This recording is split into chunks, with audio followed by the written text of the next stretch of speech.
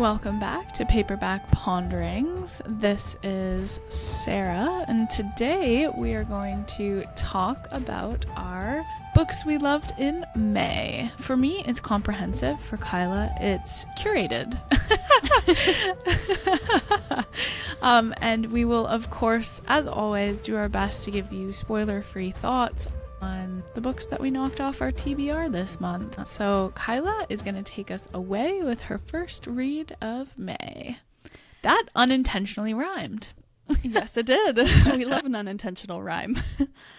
And unfortunately, this one was not a love. I hate to be starting it out on a low note, but we got to go there. We got to go there because this was a highly anticipated release. And so I want to talk about it. But my first read of May was Furybound by Sable Sorensen. This is the sequel to Direbound. It just came out at the beginning of May 5th, and it already has a 4.09 out of 42,000 ratings on Goodreads so far in a month, so it's absolutely popping off. If you're not familiar with Direbound, it follows Marin, who has grown up in the poor ward of her city. She just kind of is doing her best to get by and care for her family until the day that her younger sister is kidnapped by the kingdom neighboring hers that her kingdom is at war with. And the neighboring kingdom are these vampires known as siphons. And so they have taken her sister, and Marin is determined to save her, obviously. And so she joins the army intending to go to the front lines and save her sister. However, in her kingdom, the king has a pack of dire wolves, and it's like a special unit of the military where certain people have bonded with dire wolves and they fight as bonded pairs. So they're kind of like the elite forces of the military. And every couple of years, there are a set of trials where new forces into the military have to go through this bonding trial to see who will become the next bonded. And that is this year for Marin. So she is forced to join. She doesn't want to. She has no interest in bonding with a dire wolf. She just wants to get straight to the front lines. But unfortunately, she is forced into it and has to then spend the next couple of months at the academy for doing this direwolf bond training. So Direbound was a top read of 2025. I was super highly anticipating Furybound. Unfortunately, it just wasn't it for me.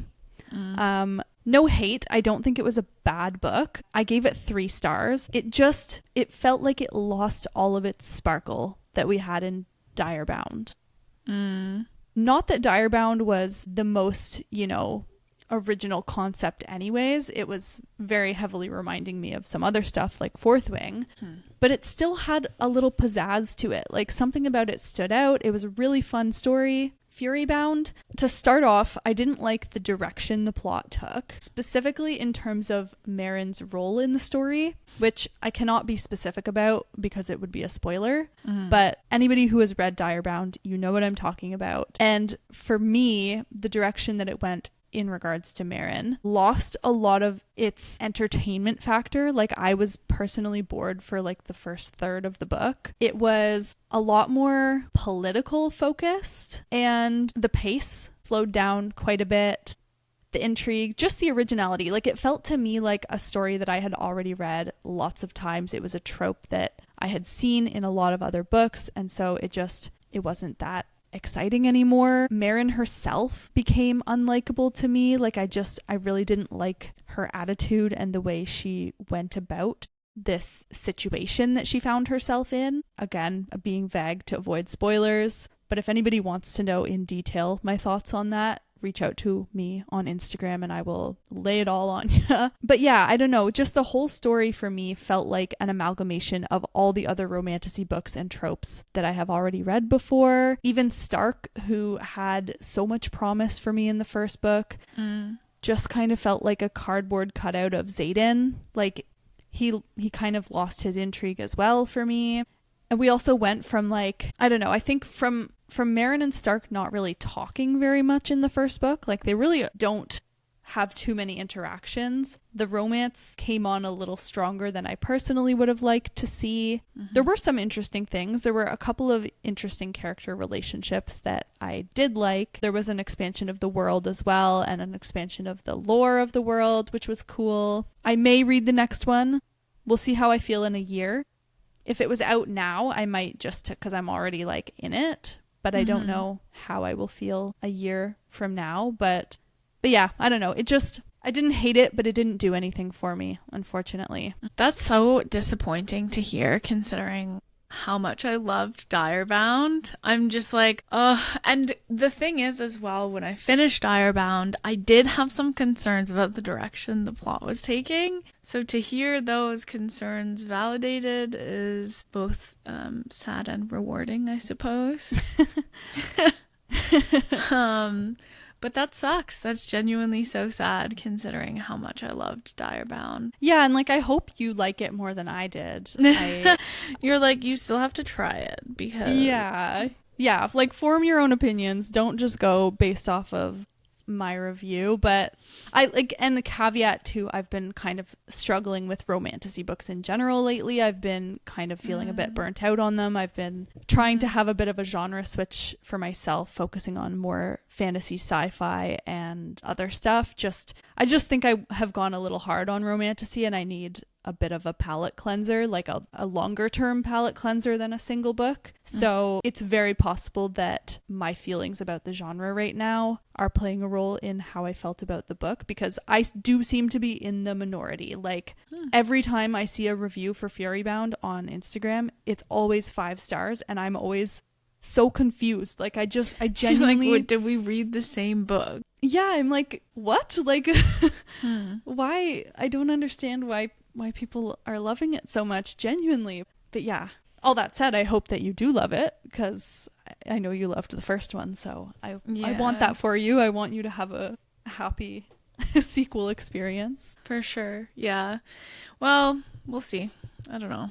Do you think you'll read it? Like, yeah, I guess I'll read it, but it's certainly not like the highest on the TBR. Okay. What was your first read of the month? Yeah, so I read The Glass Hotel by Emily St. John Mandel early in the month. It is currently at a 3.69 on Goodreads out of 199,000 ratings, so pretty good or decent. That's actually lower than what I would expect, because I really liked this book, to be honest. For anyone who is interested as well, this book was nominated for Reader's Favorite Fiction in 2020, so it is a little bit of an older book. Older, question mark. Doesn't really matter how old it is. But I just think that I really like Emily St. John Mandel's writing. Yeah. And I don't really have a way of articulating why. I just like it. I get it. She's a great writer. She's a wonderful writer, and she writes very like complicated characters with like complex storylines that always intrigue you, confuse you, and then make sense in the end. Like it always comes together very nicely. The Glass Hotel is actually about our female main character, who is Vincent, who is working as a bartender at the Hotel Cayette, which is a hotel, like a luxury hotel on one of the northernmost tips of Vancouver Island. And if you're new here and you don't know much about me, I live on Vancouver Island, so it's always a treat to read something that's kind of based on the island. Yeah, that's fun. Yeah, it was so fun. And it wasn't even like the center of the story either. It was a very niche part of the story. But I just really liked it because Vincent, the female main character, kind of grew up in like a really remote area of Vancouver Island and lost her mom when she was young, and has a older brother who has his own kind of storyline in the story, which explores, you know, the impact and effects of addiction, which is very prevalent on this side of the country. So it was very cool to get a little bit of that storyline through Paul, Vincent's brother. But I digress. It's about Vincent as an adult. You kind of explore her younger years though. And she is working at the Hotel Kayette on northern Vancouver Island when she comes across a very wealthy man who is called Jonathan Alcadis. And she is blown away by Jonathan and intrigued by the lifestyle he has to offer, mostly the fact that he can get her out of small town northern Vancouver Island Hotel Cadiz business. So she immediately falls in with Jonathan and starts a relationship with Jonathan that seems more of a relationship of convenience in the sense that they are both profiting off of the mutual kind of connection that they establish, because he is a very wealthy businessman who is constantly in kind of social circles which would solicit the need for a wife or a counterpart to speak to the wives in these fancy business settings. So she kind of falls into that role. She becomes a bit of an enigma in the sense that she can fit in with anyone and she interacts with everyone very well. She knows a little bit about enough things to get by in a conversation where she's not the dominating kind of conversational party. And then he takes her around the world and exposes her to a ton of different cultures and travel experiences and whatever. And then it all comes to a culmination in the realization that Jonathan is actually running a Ponzi scheme. And the latter half of the book explores the effects of the Ponzi scheme, how Vincent comes to realize that this Ponzi scheme exists, and what the implications and impact is on not only Vincent and her loved ones, but also the victims of the folks who had invested in Alcadis's Ponzi scheme. Right. And none of that is a spoiler. It's all in the description of the book. And that's basically all the story is. But there's a lot of nuance to the storylines that make it really interesting. But there's no big reveal or shocking thing. For me, there was, because I did the thing where I don't read the back of the book. But yeah. It was a really, really fun read. I liked it almost as much as I liked Station 11. I think I liked Station 11 a little bit more because I thought that Station 11 was there was a bit more mystery to it as opposed to The Glass Hotel, where it was more just an exploration of socioeconomic status and the impact of ambition, I suppose. But yeah, so I got a little sidetracked there. I think I liked Station 11 more. However, The Glass Hotel was really great. Okay. And I did find that it prompted me to have considerations that I had never really thought of before. So overall, it was a really fascinating read. And I think I just love Emily St. John Mandel now. I'll probably read whatever she does. Okay, yeah. So I was going to say, I also love Emily St. John Mandel. And I love Station 11, and I also read her other book, which was called Sea of Tranquility, I believe. Yeah. And I think the thing with those that I like is that they have a futuristic component. Station 11 is obviously post-apocalyptic. Sea of Tranquility is not, it follows different timelines, but there's a space component to it, which I eat that kind of stuff up. So when you mix that with Emily St. John Mandel's writing and character building and just how great of an author she is, great formula for me. So naturally I was also interested in The Glass Hotel being by her, but I think when I read the description and saw a Ponzi scheme, I was this sounds businessy, it sounds economics, it sounds not really what I'm interested in. I was worried that I wouldn't understand the kind of business stuff that was happening. Did you find that at all, or was it was all easy to follow? It was very easy to follow because it doesn't really explore how he made the Ponzi scheme happen, or the dynamics of, the finances and economic impact. It was more you learn of a couple who lost their retirement savings in the Ponzi scheme coming to kind of an end when the federal police catch on, and you explore the different storylines that each of the unique figures may have been living at or impacted by. Like, one woman had no money. She had sold like one art piece and she made $200,000 off that, and she was like, oh, I'm going to invest the money. So she goes to Jonathan, and then kind of the effects of that. But I would say it's like not business at all. It's more social kind of exploration of money and status and class and life, like the different ways that your livelihood can really just be like ripped away from you. So yeah, no, I wouldn't say it was businessy at all. I would certainly not let the Ponzi scheme kind of element deter from reading this book, because it was like 5% of the actual book. Okay, that's good to know. That is good to know. I've had it sitting on my shelf for years, and this is the push I needed. You should give it a try. I did the audiobook. I really liked the audiobook. At first I was a little confused, especially because Vincent is arguably a male's name, and so I would be like, what? Like I would get confused. However, it was really good, and I would definitely recommend it. Okay. All right. Yeah, Emily St. John Mandel has another book coming out in September. So I'll probably, just because of the hype around it, I'll probably end up reading it when it comes out, and then maybe I'll do both at the same time. Nice. Yeah, you should. Again, that is The Glass Hotel by Emily St. John Mandel. What is next for you, Kyla? My next book was The Well of Ascension by Brandon Sanderson. This is the sequel to Mistborn. And The Well of Ascension currently has a 4.38 out of 695,000 ratings on Goodreads. Wow, it's been out since 2007. That's kind of crazy. I didn't realize that it was that old of a series, but yeah, apparently it is. Right. So if you're not familiar with Mistborn follows Vin, who is an orphan, and she is working on a street crew, like kind of an underground thieving crew. And this is in a world that is ruled over by somebody called the Lord Ruler, who rules with a very firm hand. He is immortal, he is a tyrant, and you've got the nobility, and then you have the Ska, who are treated as slaves. They're kept as slaves, basically.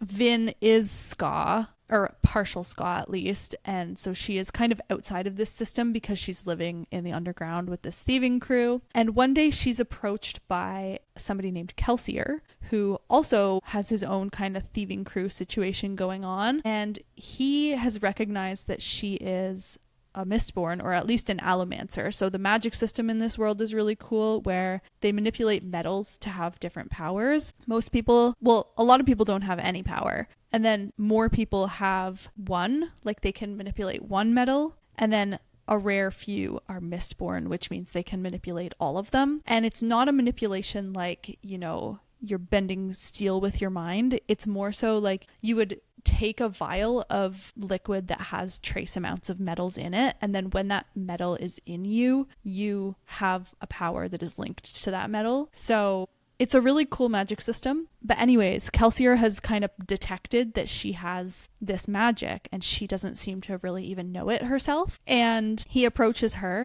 and asks her to kind of come with him and help him. And he has this whole plot that he is going to be the one to overthrow the Lord Ruler.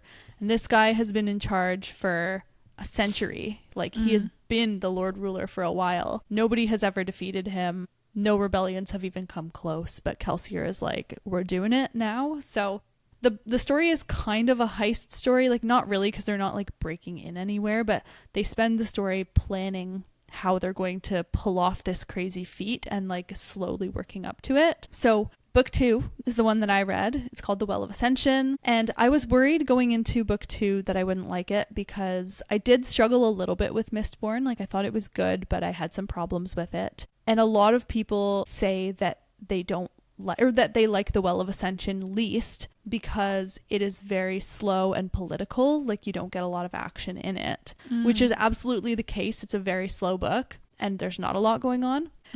But that's what every reader wants to hear. It's a very slow book and there's not a lot going on.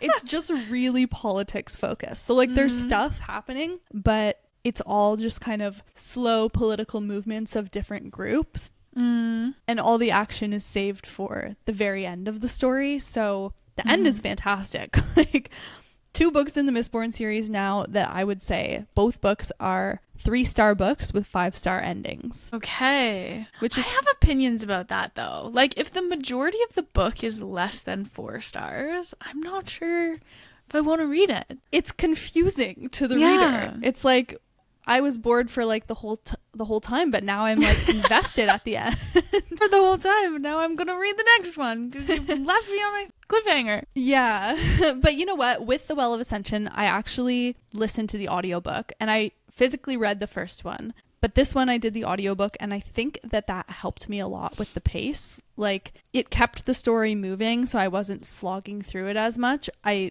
may have struggled with it more if I had read it physically, but I do think the audiobook helped a lot. And so despite it being slow, I was not bored. Like I was interested in the political movements that were happening.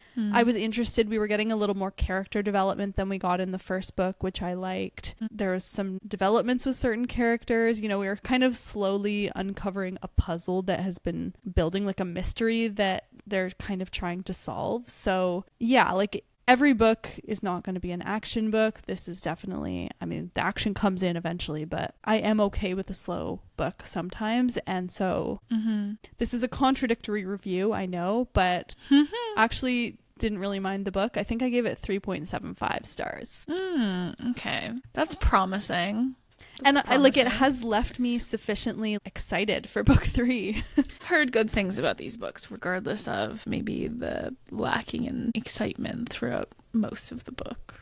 Yeah, like people claim Mistborn is the best fantasy ever. I would not go that far. I don't think that's the case. Yeah. But I can see why so many people love it so much. Like it is still a really good series. It's just like, it has its good things and it has its bad things. Has its moments kind of thing. Nice. What was your next read? Yeah. So next on my list is one that like I really didn't expect to like as much as I did. In fact, I wish I had bought the physical when I had the opportunity to buy it for $2 and I didn't. #regrets. But ouch. Yeah, this next book is called The Island of Sea Women by Lisa C. It is currently sitting at a 4.32 out of 178,000 ratings, which is a pretty high rating, honestly. Like anything above a 4.15, I think like is pretty reliably good. But anyways, I digress. And it was nominated for Reader's Favorite Historical Fiction back in 2019. So this is another little bit of an older book. It is set on the Korean island of Jeju. And it follows our 2 female main characters, Mija and Young-suk, who are 2 girls from really different backgrounds, honestly. Like they find their way to each other. So Young-suk grows up in a matriarchal society. And on this island, the women are tasked with diving for all kinds of sea creatures. They free dive to feed their families, to contribute to the kind of industry, and they also run the farm. So it's very matriarchal, like women-dominated society on the island of Jeju. And Young-suk specifically is raised in the group or in the environment of the Haenyeo, who are like, it's the term for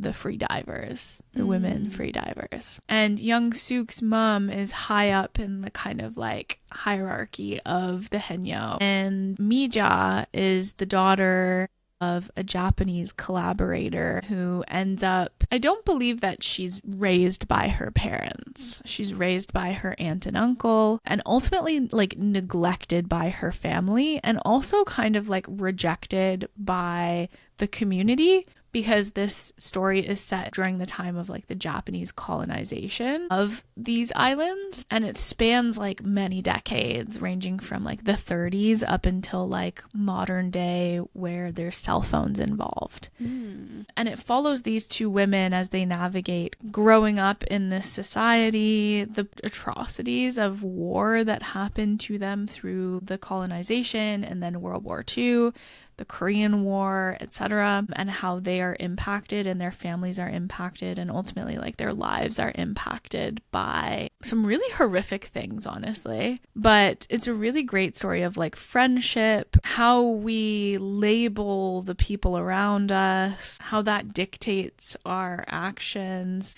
the resentment that we can carry through our whole lives, how one person's idea of a hard life is another person's ideal life. Like, it's very interesting, the trajectory of both of their lives, given that like Mija has arguably more money. She's financially more well off. She ends up marrying a very important man who's high up in the military. Like, on paper, she has the ideal life. And then young Suk has a lot of challenges that she goes through as well. It's all kind of centered around the Haenyeo too, so you get a lot of like the descriptions of the diving and their priorities and the impact of what the women are responsible for in the society and what they have to live through and what they deal with on the day-to-day and how they take care of their families. It's a really, really engaging story, pretty much from the beginning. Okay. Yeah, there are things that happen when they're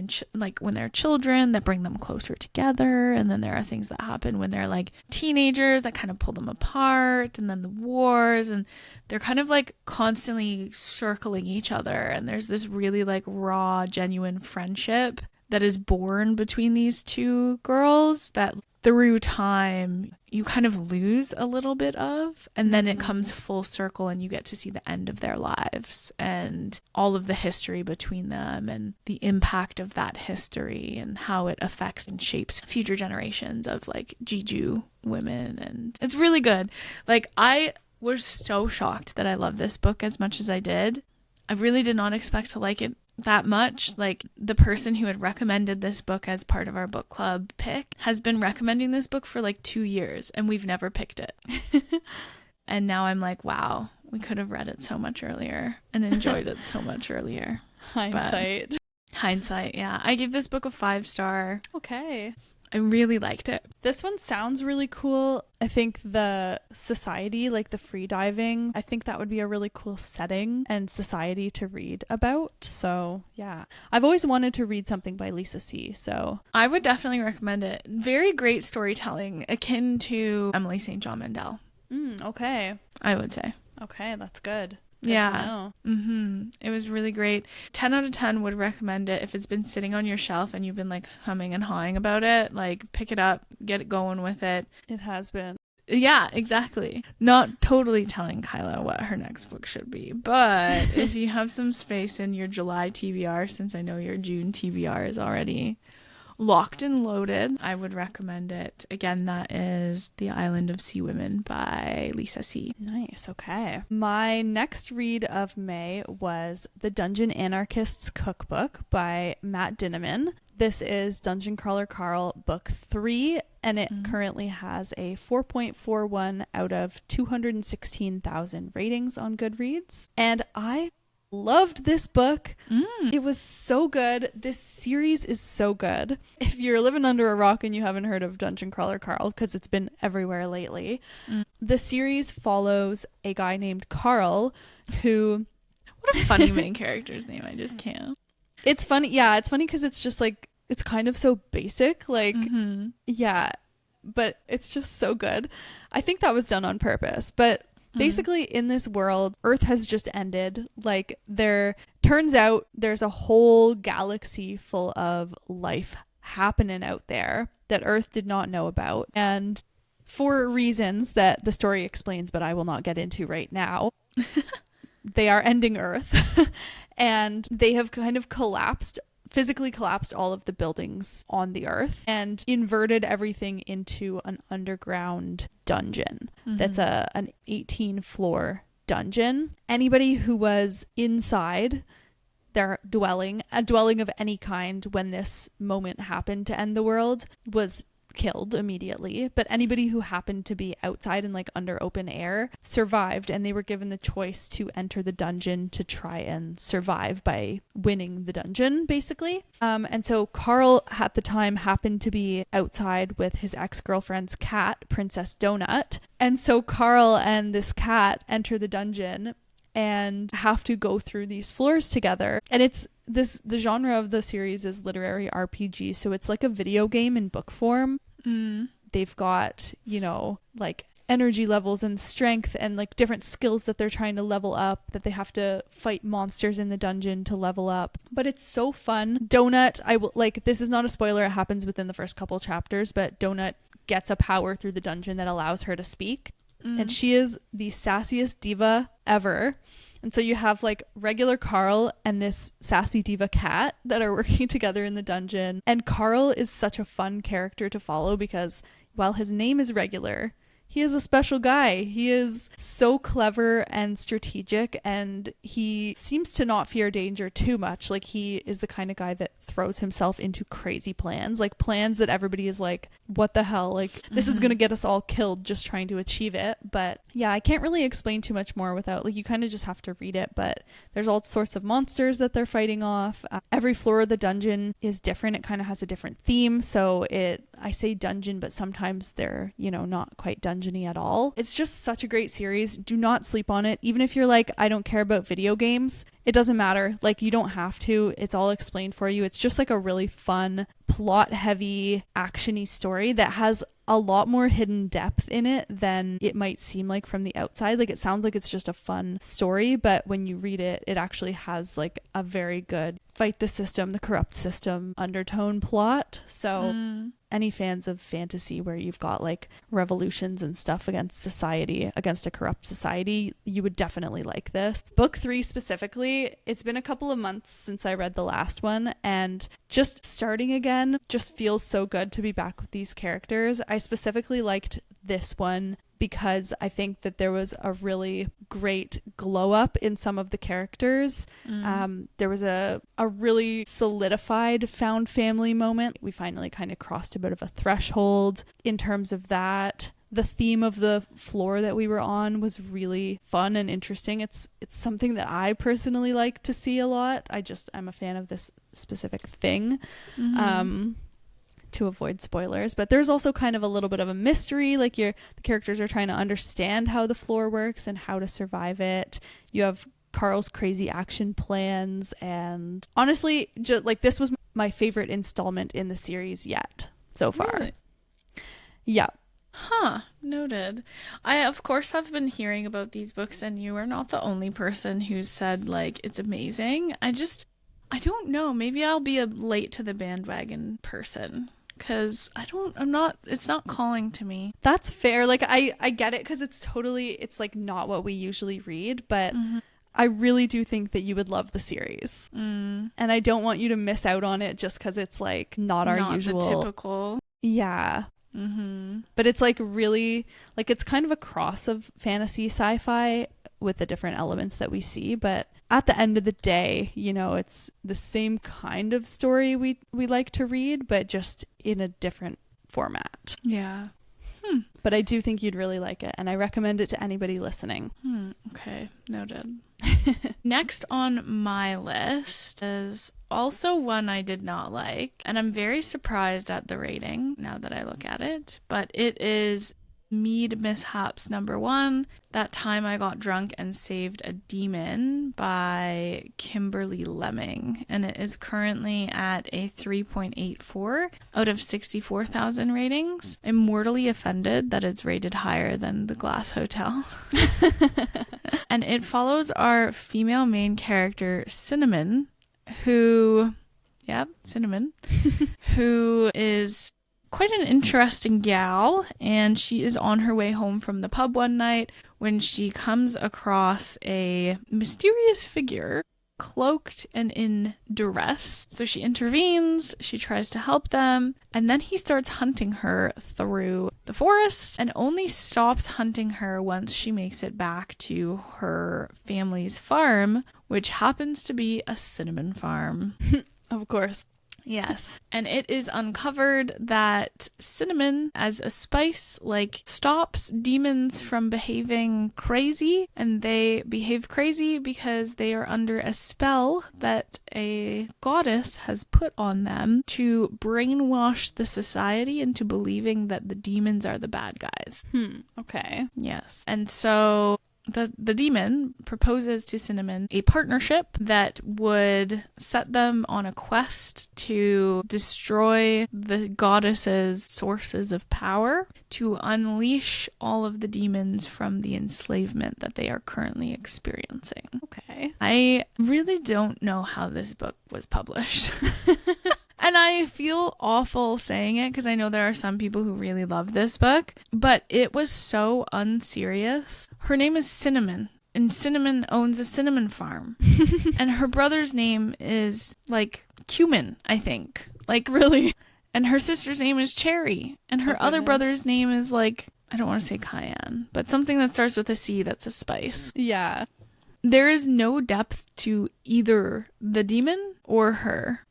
It is so, stream of consciousness, when someone who rambles a lot is just rambling about everything that they're observing at all times. Mm-hmm. This book felt like a giant stream of consciousness to a neurotic female main character.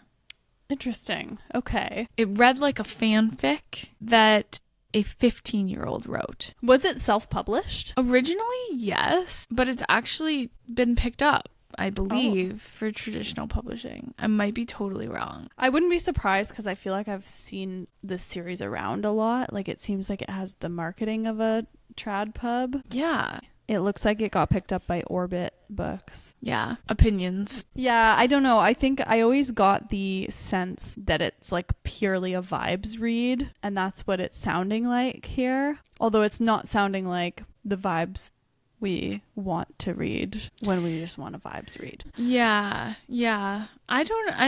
It really did not feel like a serious book at all. I know that sounds awful. Nobody come for me. No, I know I'm being hateful. That's fair. You're allowed. But I really struggled with it. There were parts that I was like, ooh, interesting. The demon is hot. Maybe there's going to be some spice. But even the spice was just it felt very flat. And I think it felt flat because the characters felt flat. The relationship felt flat. The quest that they were on felt flat. Everything felt very surface level. Yeah. Yeah, that's a shame. It's a very short book, though. It was I don't know. It says that it's 288 pages. That's very short. Pretty short. So you can zoom through it if you're looking to just bang out some books for your book count or something. Maybe you'll enjoy it as well. But yeah, I really struggled with it. I struggled taking it seriously. I struggled wanting to pick it up again. I just struggled with it, and ultimately I didn't finish it. That's fair. How far did you get? I got 46% in. Okay. So pretty far. Yeah, that's far enough. By that point you should be hooked, and if you're not, see you later. Yeah. Yeah, that was my kind of opinion as well. Everyone in my book club was nah, this ain't it. One girl just didn't show up. She was I'm not going to read it. I tried. I don't think I'm going to come to book club. This wasn't my vibe. So yeah, I don't know. It's a certain kind of vibe for sure. And I wasn't feeling it. Yeah, fair enough. I don't think I'll be reading it either. It's unfortunate because I know it comes highly recommended. That's why I picked it. So we all get to vote. Oh, it was your pick? It wasn't my pick, but we get to vote on everyone else's picks. And so the girl who had suggested this was the one that I recognized, and I had heard good things about it. So I was I'll do that one. Regrets. Yeah. Well, at least you know what you are not looking for in a book. For sure. I do think that I am also suffering a bit from fatigue when it comes to romantasy. Yeah. And maybe that is impacting my perception of this book. But yeah, it just felt ridiculous. Yeah, it sounds low stakes. And sometimes low stakes is not. Sometimes low stakes is what you want, but sometimes it's not. Yeah. That's a very diplomatic way of saying it. That's how I feel about cozy mysteries. It's I want a mystery to be high stakes, and cozy mysteries are low stakes, and I just can't take them seriously enough. And yeah, so sounds like a similar situation. Yeah, for sure. Definitely low stakes. What is your final book of the month? My final books of the month are, I spontaneously read The Deal and the Score by Elle Kennedy. These are books 1 and 3 in the Off-Campus series. I knew that the show was coming eventually, and then I heard that it was coming out next week, and I was like, oh, I should read the first book and then watch it, because I like to do that. I like to read something and then watch the adaptation. And I binged the crap out of the first book, The Deal. So the first book follows Hannah and Garrett. It has a 4.19 out of over 1 million ratings on Goodreads, actually, which is whack. It came out in 2015, so it's been at it for a while, but I think right now with the popularity of the show, it's probably just booming too. I would say so, yeah. It was also a nominee for Reader's Favorite Romance back in 2015 when it came out. But if you are not familiar, if you haven't watched the show yet, The Deal follows Hannah and Garrett. So they are college hockey romance books, and Garrett is a player on the hockey team at the college. Hannah is a music student, and she actually has a crush on the football player. And so Garrett, who is not doing very well in a course that he needs to pass for being on the hockey team. The classic. It is classic. There's nothing original about this book, like, at all, but it's great. So basically he makes a deal with Hannah where if she tutors him, then he will be her fake boyfriend, or like, yeah, he'll, you know, help her get the attention of the football guy by being around him and like looking like she's dating him. And then naturally, so they become friends first and then they fall in love. But there was just something so bingeable about this book. It was really cute. Like, Garrett was kind of golden retriever energy, which is always a fun time. But they both have their past trauma. Like, the book works through specific pieces of trauma, like sexual assault for her and abuse for him in his past. So the two of them, they help each other through it. And it was just such a good book. And I was like, oh my God, all of a sudden I have a new obsession that I was not anticipating. And so I also read book 3. I skipped book 2, but that's because I, 1, was not as interested, and 2, the show is switching the order of the couples. They're doing couple number 3 second, and they put quite a lot of the couple 3 in season 1 of the show, so I wanted to read it first. And The Score, book 3, follows Allie and Dean. Allie's Hannah's roommate. Dean is another guy on the hockey team. We meet them in the first book, and Allie has just broken up with her boyfriend. Dean is a super playboy guy, and they end up kind of hooking up as a rebound situation for Allie, and then continuing to hook up in secret, and then it evolves into more. But it was also a really fun book. I think I found Hannah and Garrett had more depth than Dean and Allie, so they continue to be my favorite couple, but loved The Score too, and I love the show. So I really want to watch the show, but I also want to read the books first. You should. So yeah, I downloaded them. I'm hoping to get to them after I finish my current read, because I really want to watch the show, because I want to ride the hockey player high. Yes. Yeah, you do. And I will caution you again, like, quality, questionable. It's a little cringy sometimes, the books. Like, it was written in 2015 and you can kind of tell there are cringy things, but you're just like, you're in it for the ride. You're in it for the cute, bingeable romance. And yeah, I hope you like it. Yeah, I'm super excited. So that was everything we have for our reads from May. If you've read any of these, reach out to us on Instagram. Let's chat about them and let us know what you read in May and what your favorite book of the month was. And we will see you next week.